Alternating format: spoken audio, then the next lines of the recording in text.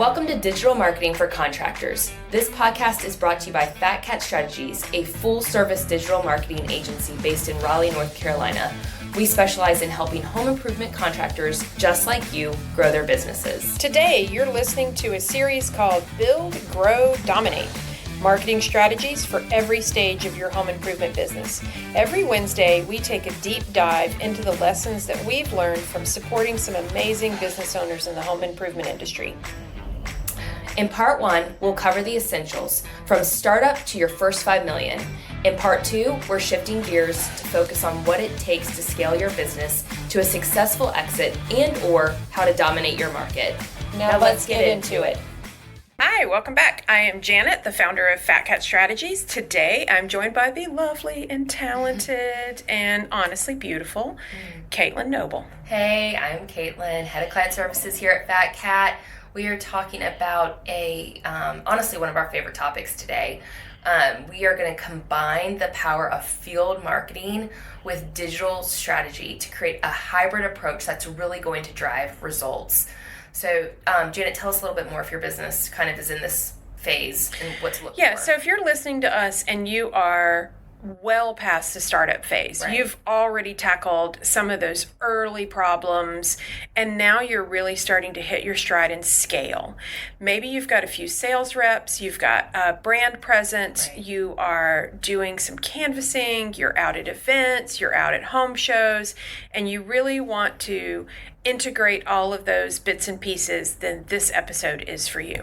Yeah, that's right. Let's talk about how blending traditional boots on the ground efforts with online campaigns can actually help you generate more leads, build more trust, and close more jobs. So Janet, what is hybrid marketing? I don't know. It sounds sexy. Okay, in all seriousness, What do we mean when we say hybrid right. marketing? What we're really talking about is online and offline. So your field marketing includes things like going to home shows, door-to-door canvassing, honestly, like yard signs, job site signage that's got a QR code, direct mail. It's that offline face-to-face connection. So that's one part of the hybrid, and what we're talking about today is marrying that with the digital side, which is what we have spent many episodes recording about SEO, PPC, email marketing, social media, the stuff we should all be doing, right? Right. And so when you can combine these two things together, the offline in the real world with the digital side, then that's where the real magic happens. Yes. And you're not just doing one or the other. What you're doing is you're creating a strategy where the offline tactics and the online tactics complement each other and work together. Exactly. More channels mean more touch points, and the more touch points usually mean higher conversions. There's so many stats out there. Like I've heard, you might need to touch somebody at least 8 times to get them to finally convert. So, and we're not talking about touch in a creepy way. Right? touch. So what are some real benefits for contractors with hybrid marketing? So with hybrid marketing, and again, this is that online and offline strategically married together. You're going to get a broader reach. Yeah. You're going to build better brand trust and brand recognition in your service area. You're going to get more engagement opportunities, and you're going to get a lot more usable data. We love data. And if you can track your offline efforts in your CRM the same way you can do digitally, then you're going to get a 360-degree view of how people are moving through your funnel. Which brings us to our first strategy. So Caitlin, what is the first strategy? Our first strategy is promoting your events with SEO and PPC. Don't just rely on foot traffic or word of mouth. Run PPC ads targeting people near your event, near your showroom. Use keywords like window replacement event, home remodeling expo in Raleigh.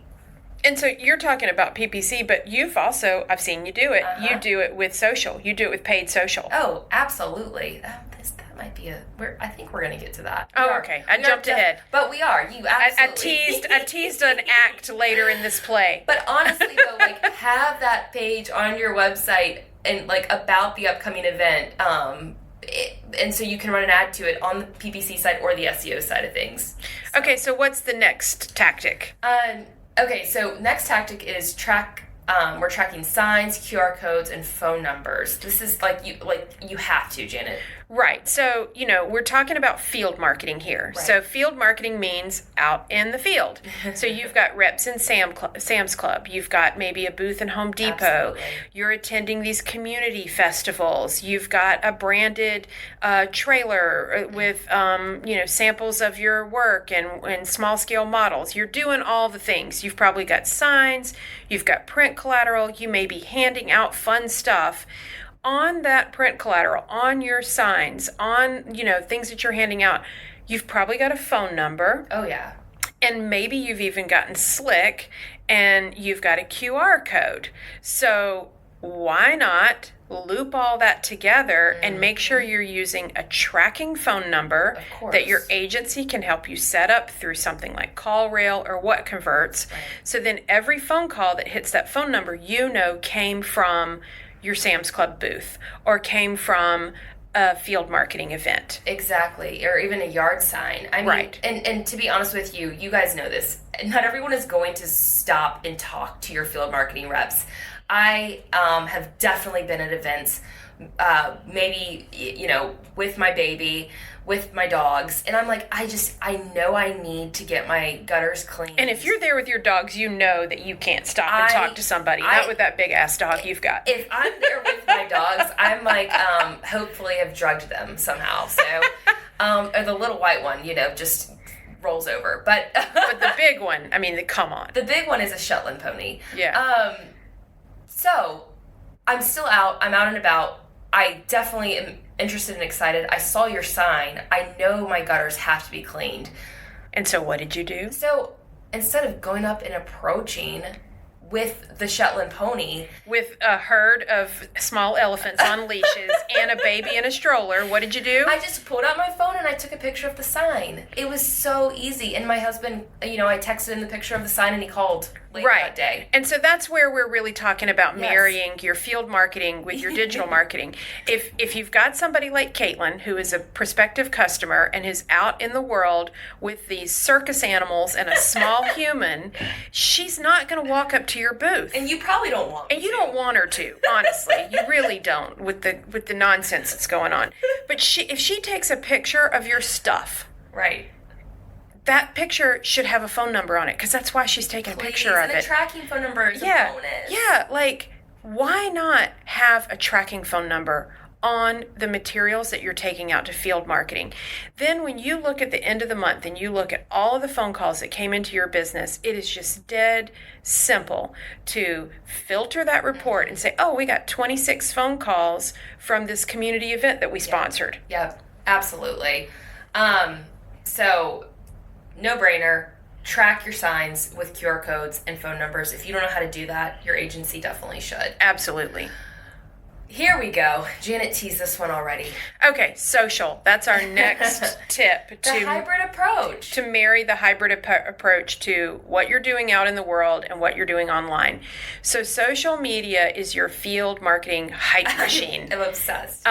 What you're doing, you're posting photos. You're going live from your event. Why not? Yeah, you're sharing behind the scenes content. Oh my gosh. I love that. And also what we encourage our clients to do is, grab photos, go live, share the behind the scenes content, but then come back and give us those photos, because then we can go on to blog that you attended. You mean give the agency? Sorry, give the agency your photos. Thank you.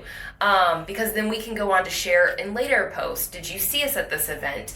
Did write a blog post, like I said, like, hey, we're so excited to support this local 5K. Here's photos of us handing out branded water bottles. So also, don't sleep on Facebook events.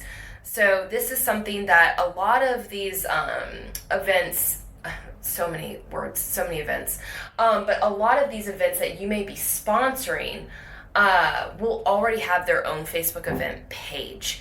I guarantee you, they do.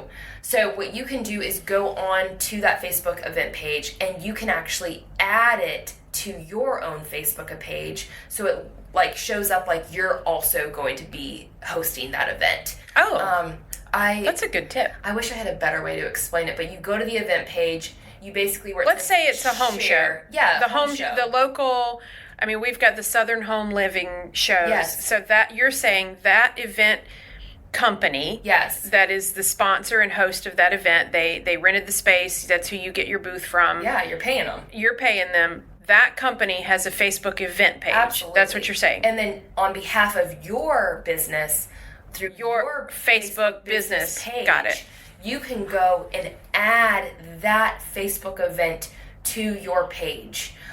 It's free to do. So if I'm a roofer in Raleigh, North Carolina, and I'm doing the Southern Home Living show, yes, I go to my roofing Facebook business page and I add the Southern Home Living event to my business page, which makes everybody understand I'm attending that event. Yeah. And you're also saying reciprocally, I show up on the Southern Home Living event page? No, if you're a sponsor, you're probably already linked on there, but it's showing up on your Facebook page that you are going to be at that event.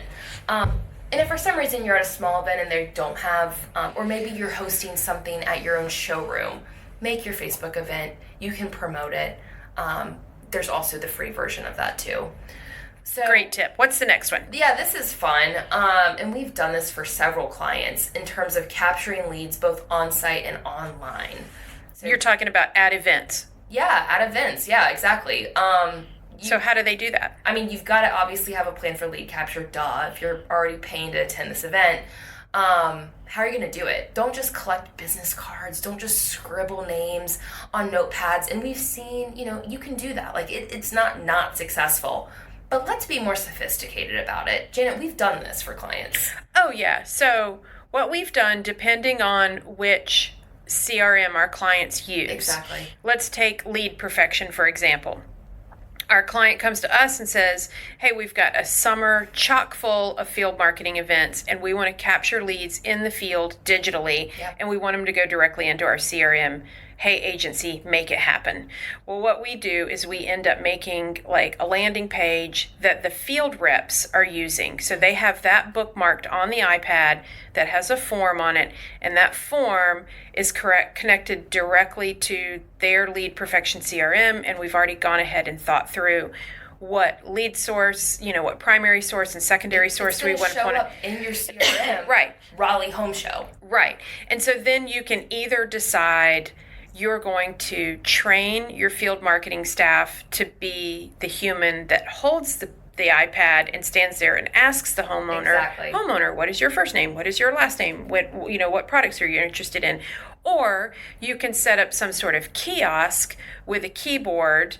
It could just be like a wireless keyboard connected to a display or an iPad and have some sort of contest where homeowners can enter to win a free front door if they get 10 windows, whatever your contest is. An Amazon gift card. An Amazon gift card. Just giving, And in fact, on an earlier episode, we had a rep from perfectgift.com. Perfectgift.com who has amazing ideas for giveaways. So whatever your incentive is, if you're going to try to capture information from homeowners and you go ahead and think about doing that digitally, whether your reps are doing it by they're the ones holding the iPad, or you give the power to the homeowners.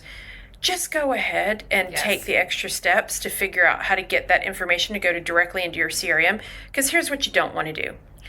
You don't want to fatigue your staff by going to all these events, and then after they've stood on their feet in the hot sun for 6 hours, probably been cussed at. They've been cussed at. They're handing out flags. That dog may have jumped on them. Yeah, Caitlin's dog came and scared the shit out of them. Now you're going to ask them to go back to your office after hours and sit and manually enter a bunch of paper slips. We've seen it. Yeah, don't do that. We've seen it. There's a much easier way to do it. And ask your agency. It's not that complicated. It really isn't. And so while you're out in the field and you're already collecting phone numbers, you're already collecting addresses, names, etc., grab an email, because this is probably the most unspoken secret trick People are busy, like I said. They did make the effort to come stop and talk to you. But then they may not remember it a week later. Absolutely not, especially if it's like at one of those like beer festivals that you set Oh, a yeah. booth up at. Yeah. We have a great beer and bourbon festival here in Raleigh, and one of our bath contractors was always a vendor at the beer and bourbon festival. I mean, what's the chances that people at a beer festival remember entering to win a bathroom makeover? Exactly. I mean, at that point, you're just having fun. And so you're entering all of the makeovers. Yeah, you're like, yoo-hoo! You get a big makeover. You get a roof. Grab their email, because email marketing is so important. We don't probably talk about it enough. And following up post an event with email sequence to nurture those leads is going to be critical. You've already got the staff who's going to be calling them to try to schedule those appointments. We know, you're probably listening, oh my gosh, people aren't answering their phones. Follow up with an email and educate them on product info, on maintenance tips, on financing options. And not just one email. Whatever is going to help them move forward with a decision, to remind them that you met at the Beer and Bourbon Festival and they did enter for a giveaway, and you've got these amazing financing options if they don't win. Yeah, so if you're doing that follow-up via email, and like Caitlin said, we know if you've made it past that early scale stage, we know that your call center is calling these people. We know that. We know. And we know that they're not getting through to all of them. No. So, like she said, email marketing, don't sleep on it. Go ahead, as part of your field marketing strategy, have some digital content, like maybe it's a blog post or a video walkthrough. A blog post could be, or an article, how to choose the right windows for your climate, or a video walkthrough of a recent project. Oh, I love that. Then you're nurturing emails that are set to automatically drip over a period of days or weeks post-event, then can link back to that educational content. And that way you're adding value and you're keeping the conversation going. Absolutely. I mean, and to be honest with you, the only reason I'm giving my email out these days is because I want to know about a deal, or I want to be educated about something. So yeah, and as I age, and I'm aging gracefully, by the way, I'm doing I am thriving and doing such a bang-up job of becoming an old lady. But as I become an older lady, and by the way, don't sleep on old ladies, because we've got money. Yeah, you do. And we are ready to fix up our house. But you know what we can't do is we can't remember shit. So if we give you our email address, for God's sake, use it, because it's going to be 2 weeks from now. We're going to be drinking coffee in our sunroom, and we're going to get an email and go, oh my God, I totally forgot we went to that event, and I gave these people my email because I do need my gutters replaced. I do. Yeah, so my windows are not yeah, new. And I forgot that I've already found a vendor that, I'd like to get a price from. Yes. So use the email. People, to Caitlin's point, a lot of times when people are giving you an email, there might be giving you a Gmail account that is not a work account, and they do it specifically because that's the email address that they use to collect information about possible future purchases. Yeah. That's the only purpose of that email. So you're totally fine to send them a bunch of marketing content because they know that's what they're going to get there. Exactly. So, fun quick case study before we wrap everything up with a real world example. We did not, but one of our clients hosted a weekend fair. Say it ain't so. Tell me about it. I don't think I knew about this. And they didn't host, well, I guess they were like one of the head sponsors of a local community weekend fair. Like they offered live product demos, there were giveaways, there were on-site consultations in terms of what you could learn about the windows and doors that they sell.